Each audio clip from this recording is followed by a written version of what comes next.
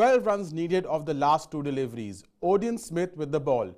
Rahul Tewatia on strike. 6 over deep mid-wicket of the penultimate ball. Last ball, hearts pumping. 6 again. Slog sweep over long on. Gujarat Titans pull off a thrilling last ball win against Punjab Kings at the Brabant Stadium. Yes, that is what transpired when these two teams first met in IPL 2022 on the 8th of April. What drama lies in store today? Hello and welcome to News 9 for match 48 of the 15th edition of the IPL between Gujarat Titans and Punjab Kings at the DY Patil Stadium in Navi Mumbai.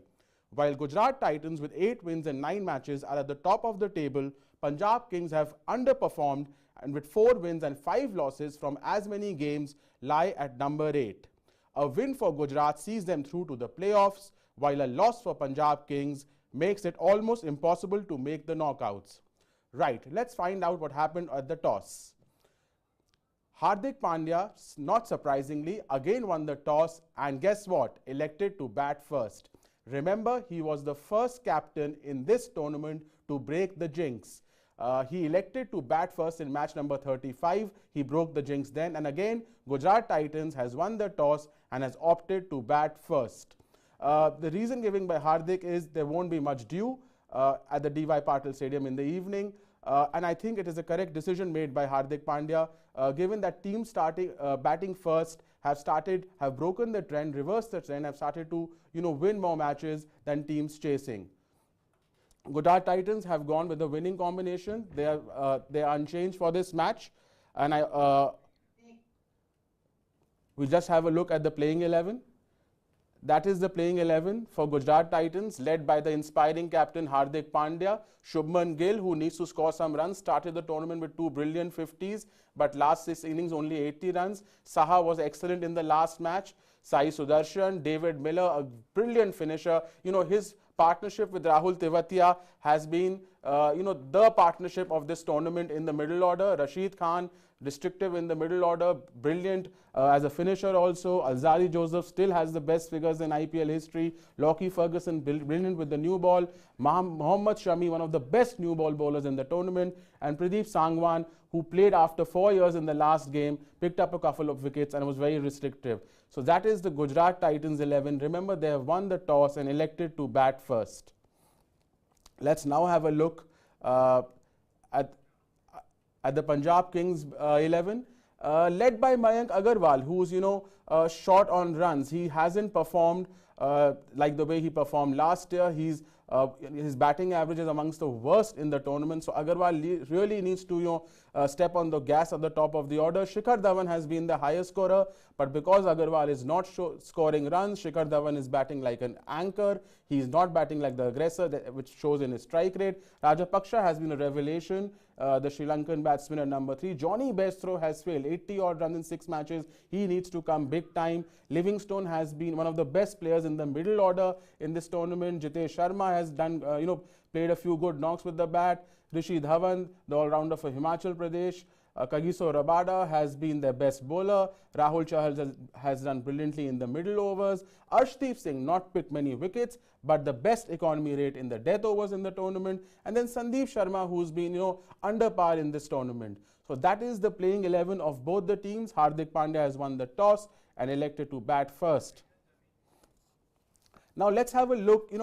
Gujarat Titans didn't have a great auction, but they have surprised everyone with their brilliant journey in this tournament. They just lost 1 match. What has happened for Gujarat is that Hardik Pandya has led them, with the bat, with the ball, and on the field.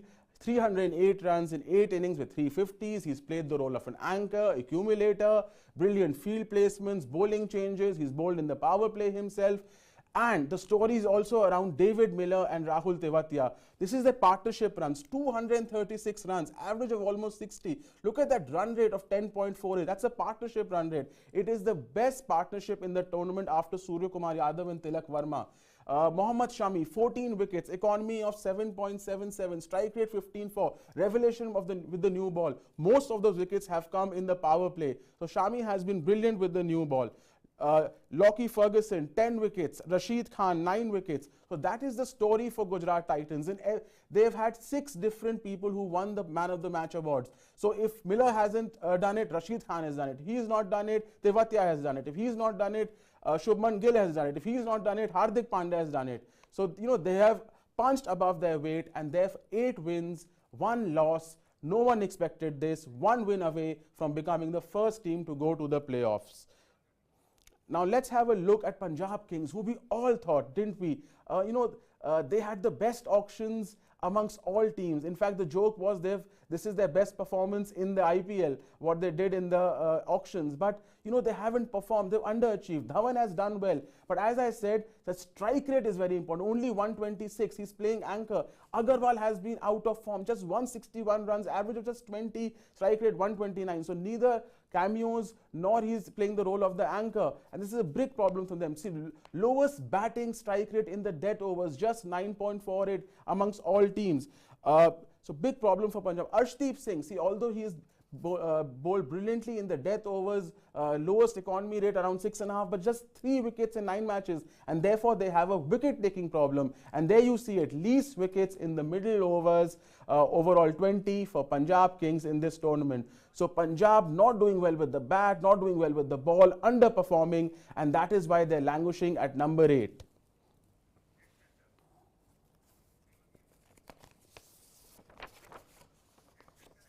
Yes, let's now look at the X factors in both the teams. There are many X factors in both the teams, but we have chosen Rahul Tewatia and Liam Livingstone. Rahul Tewatia, 171 runs at a strike rate of 161 in the tournament. What a sensational finisher. He's not Dhoni, he's not Klusner, he's the new finisher, Rahul Tewatia. 129 runs in 63 balls at a strike rate of 205 in the death overs, amongst the best in the tournament.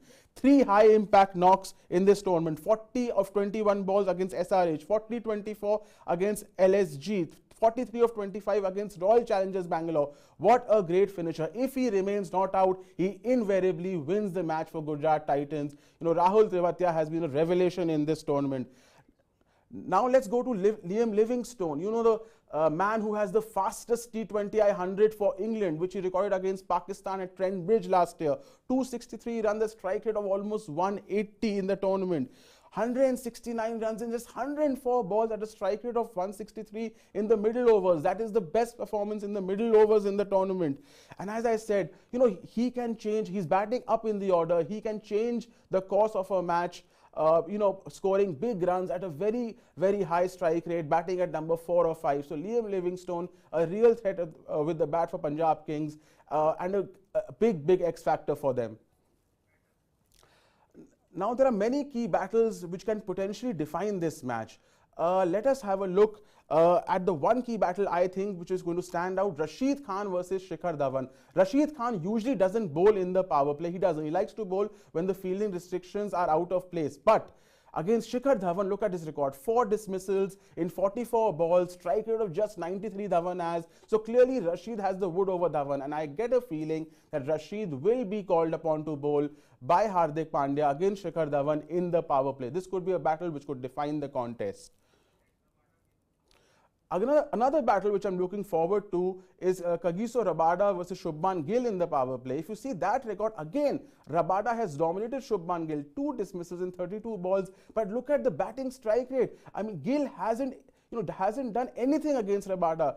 Strike rate of 62.6 is really poor. So therefore, I think Rabada has had the wood over Gill, and this could be very interesting what he does in the power play. Remember, Gill is out of form. Last 6 innings, just 80 runs after starting the tournament with 280 plus scores. In the middle overs, again Rashid Khan, the key bowler for them in the middle overs. Rashid versus Livingstone. This is a very interesting battle because although Livingstone has scored at a strike rate of 165, 86 runs in 52 balls, if you see, he's dismissed him 4 times, which means a bowling strike rate of 13, striking every 13 deliveries. So this is interesting. Livingstone will go after Rashid Khan, but Rashid Khan may also dismiss him. So this is an interesting battle between over 7 and 16, Rashid versus Livingstone, both in good form, a very important battle in the middle overs. Another key battle I'm looking forward to in this match is between one of the finishers of the tournament and a finisher in the tournament in terms of bowlers. So Rahul Tewatia has a strike rate in death overs of 205. Arshdeep Singh is the most restrictive bowler in the tournament in the death overs with an economy rate of just above 6. So Tewatia versus Arshdeep, one of the best finishers versus one of the best death ball bowlers in terms of economy rate. Can Arshdeep restrict Tewatia? It could well turn out to be that Arshdeep is bowling the 18th over, 20th over, 20 runs needed of the last 3 overs, last 2 overs. It could be that battle could really define this match. So Tewatia versus Arshdeep in the death overs promises to be an absolutely humdinger contest. Now let's have a look what can we expect from the DY Patil Stadium. The DY Patil Stadium is a very peculiar stadium. It has, big square boundaries at the venue. Overall chasing is still an advantage, but only 8-6. 8 times the team chasing has won, 6 times the team batting first amongst the 14 matches at the venue. The average score batting first is amongst the lowest amongst the 4 venues here. It's only 160. Remember, these are the last 5 matches, the average score batting first, not of all 14. So 160 is the average score batting first. Gujarat Titans have won 2 matches here, lost 1. Punjab Kings have won 1 and lost 1 at the venue. So that is the thing about the venue. Another thing is because it has shorter straight boundaries, batsmen who hit in the V, Faf, Duplessis, etc., have made tons of runs at this venue. So if you score in the V, you will get rewarded for your shots. So breaking news coming in: Riddhiman Saha opens the innings with Shubman Gill.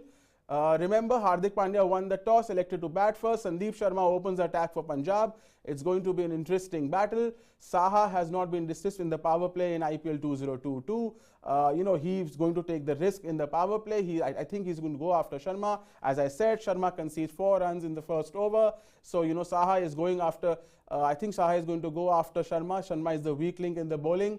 I think Gujarat Titans will cross the average score batting first. I think we're looking at 180 plus from Gujarat Titans here. It's not going to be easy for Punjab Kings. So Sandeep Sharma opens the attack for Punjab. Saha has not been dismissed in the power play in IPL 2022. Sharma has conceded 4 runs in the first over.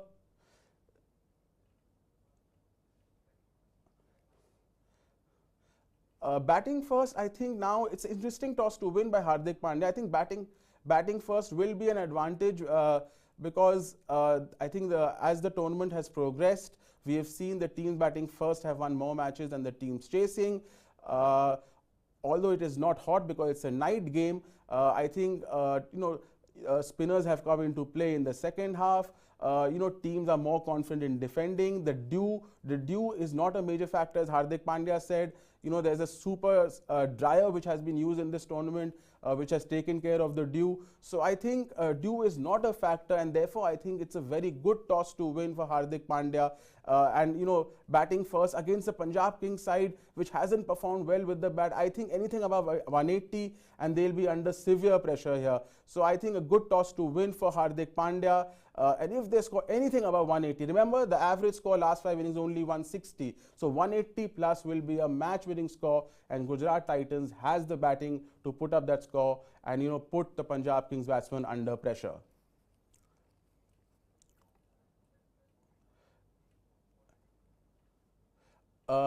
It also is a massively important day for Shubman Gill. Remember, he started the tournament with a couple of 80 plus scores. He's transformed himself completely. When he was batting for KKR last season, he scored at a strike rate of 120. Even in the previous edition, he was forcing himself to play in a shell. He was playing anchor. This year is completely transformed himself, but he has failed in the last 6 innings, scoring just 80 runs. But he started on a very positive note, scoring 2 boundaries in just the second over. So Gill seems to be in form. If Gill is a very important factor for Gujarat Titans, they need the aggressor Gill at the top of the order. If Gill scores runs at a high strike rate, Gujarat Titans will get that match-winning score of 180. So let's see what happens. Will Gujarat Titans win this match and make it to the playoffs, or will we see a revival of Punjab Kings? That's it from me. Please subscribe to News9 Sports, your one-stop destination for everything relevant in sports. That's it from me, Nikhil Narayan. Thank you. Enjoy the match. Have a nice evening.